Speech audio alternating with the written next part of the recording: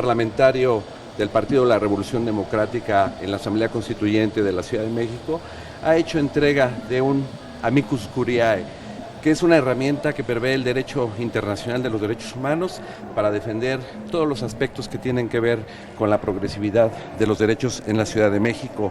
Es una herramienta para la protección y respeto de los derechos humanos y la hemos presentado hoy para ayudar al Pleno de la Suprema Corte de Justicia con razonamientos, jurisprudencia, con opiniones incluso de orden jurídico y filosófico que respaldan las modificaciones que presentamos para hacer los derechos humanos en la Ciudad de México una cuestión real y exigible. El amigo del tribunal que se ha asignado hoy es de gran importancia en el debate jurisdiccional porque ayuda a elevar la calidad de la discusión, hace más transparente la resolución de los jueces e introduce nuevas reflexiones jurídicas y antecedentes jurisdiccionales. Por lo tanto, nosotros creemos que este documento que estamos entregando ayudará a desechar algunas de las controversias y acciones de inconstitucionalidad que rayan en la frivolidad, que incluso son incoherentes y que no están sustentadas bien, tanto en las impugnaciones que hace la Procuraduría General de la República, como la Presidencia de la República, la Comisión Nacional de los Derechos Humanos, el Tribunal Superior de Justicia Local, así como los partidos Nueva Alianza y Morena. Entonces hemos presentado este paquete de reflexiones jurídicas, políticas y filosóficas para ayudar a los ministros de la Corte a entender por qué si esta constitución política de la Ciudad de México es una constitución democrática que se apega a los estándares internacionales, pero sin romper los márgenes que establece la constitución política de los Estados Unidos mexicanos. Entonces es un instrumento que estamos presentando en la defensa de la primera constitución de la Ciudad de México. Específicamente, ¿qué contiene este amicus? Estamos contraviniendo y presentando argumentos en relación con los artículos de la Constitución Política, la primera parte de Carta de Derechos Humanos, artículo 3º, 4º y 6º, que tiene que ver con los derechos, la convencionalidad y la constitucionalidad. Estamos también planteando el derecho a la libre autodeterminación y las razones por las cuales el derecho a la muerte digna es legítimo en el ordenamiento constitucional de la Ciudad de México.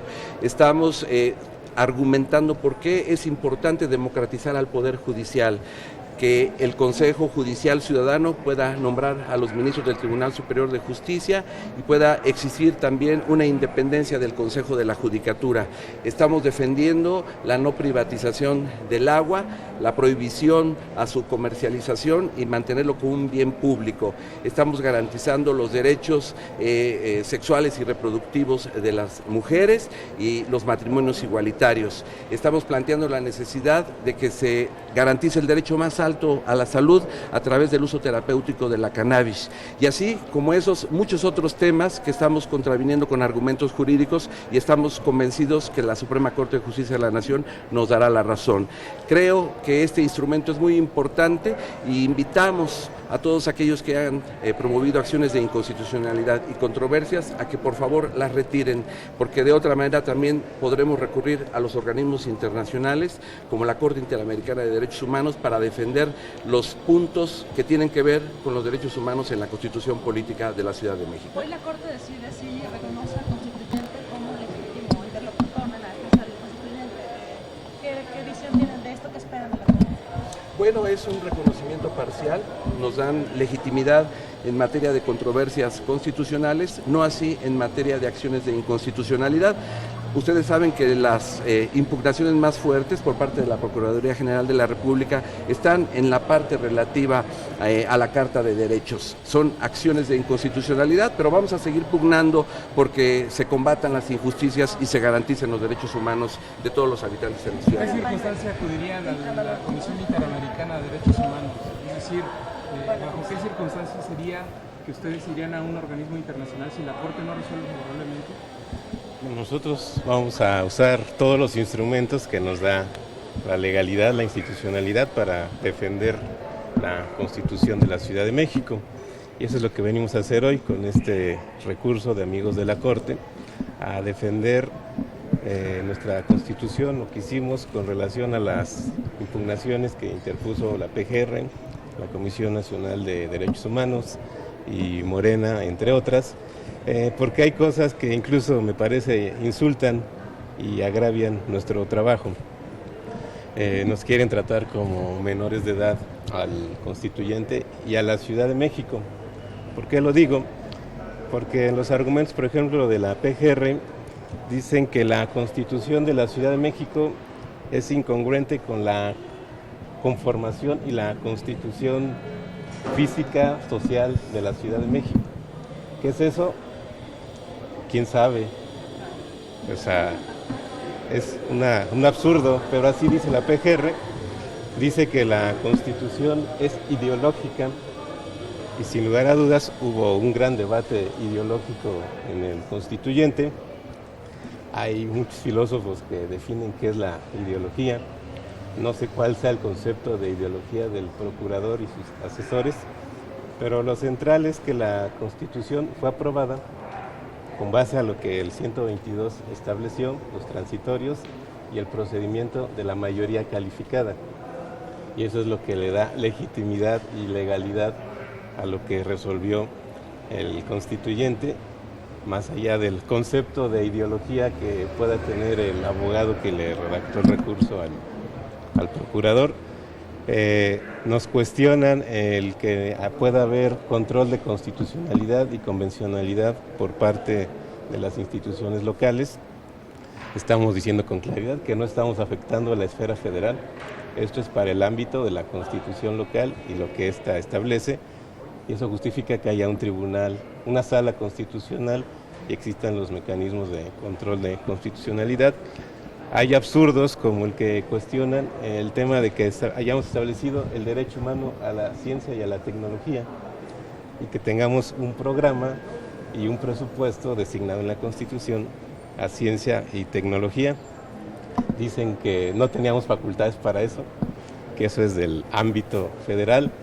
Cuestionan el tema de que no teníamos facultades para legislar en materia de salubridad, dicen, y lo que legislamos pues tiene que ver con la muerte digna, lo que comentaba el constituyente Isidro, y muchos temas que si la Asamblea Legislativa los tiene, un constituyente no va a poder legislar en materia de salud y otro tipo de cuestiones.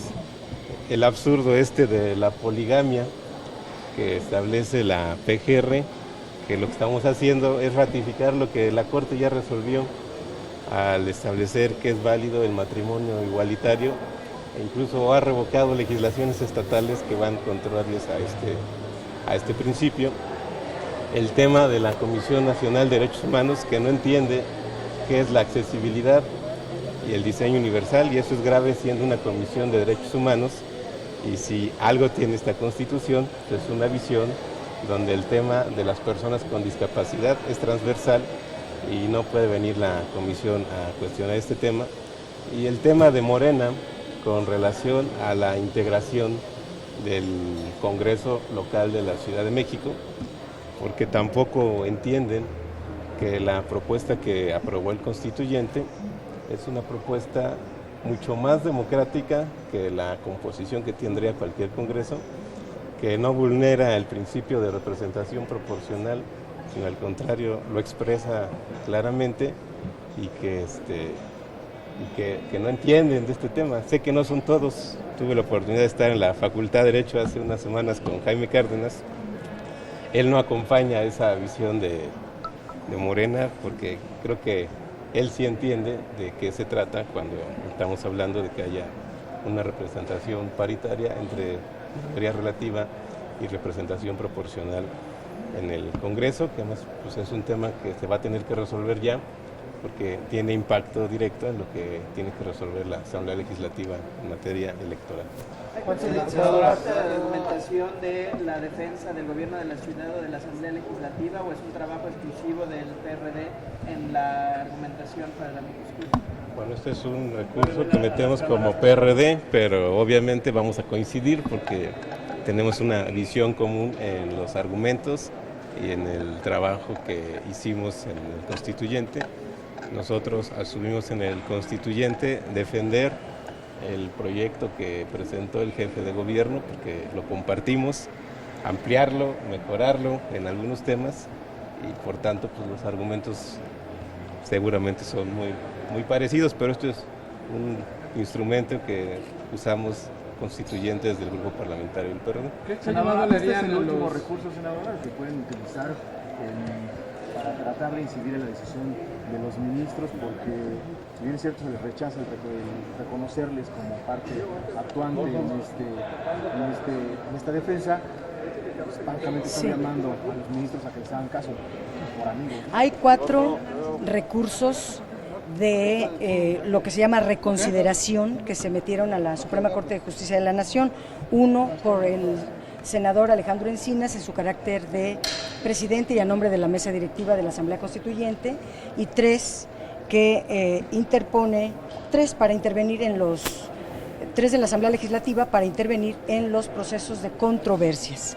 Hay que señalar que además de las controversias, pues están las acciones de inconstitucionalidad. Sabemos que el ministro Pérez Dayán está hoy con su ponencia, agendado el día de hoy, para verse en la segunda sala de esta Corte, que está integrada por los ministros Medina Mora, Lainez Potisek, Margarita Luna Ramos, Pérez Dayán y el ministro Franco. Esta segunda sala tendrá que determinar si la Asamblea Constituyente está facultada para revisar y para defender esta Constitución. Yo quisiera simplemente decir que un breve resumen de lo que dice el amicus curia pudiera señalarlo en que no se dan argumentos de carácter jurídico, casi todos son argumentos de carácter político y reducen los derechos humanos en la ciudad. Esto es algo inaceptable porque la PGR considera que la Ciudad de México, esto que se decía, bueno, no tenemos facultades para varias cosas que explicaron mis compañeros, lo cual es inaceptable dado que la propia Corte de Justicia de la Nación ya estableció que son constitucionales los actos a nivel local en otros momentos. También la Constitución local crea más arcos de libertad, reconoce derechos humanos y limita el poder político, pero en forma razonable. Esto quiere decir, para la PGR, los constituyentes solamente debimos haber reglamentado a la Ciudad de México en su carácter de capital de la República y sede de los poderes de la Unión, y no meternos en ningún otro tema. Eso, como se dijo, nos ofende como constituyentes y decimos claramente a la Suprema Corte en este amicus curia que los habitantes de la ciudad no estamos al servicio ni de la Federación ni de los poderes federales.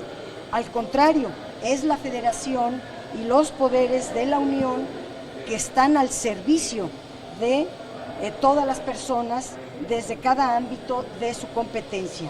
También hay un debate aquí entre soberanía y autonomía. La Suprema Corte de Justicia de la Nación ya señaló las competencias muy claras de la Federación, los estados, los municipios y de la Ciudad de México, y decir que la Ciudad de México no es soberana daña el federalismo e implicaría que esta ciudad nunca va a alcanzar su mayoría de edad. Que además ya en muchos temas la Corte dictaminó en favor de la ciudad. También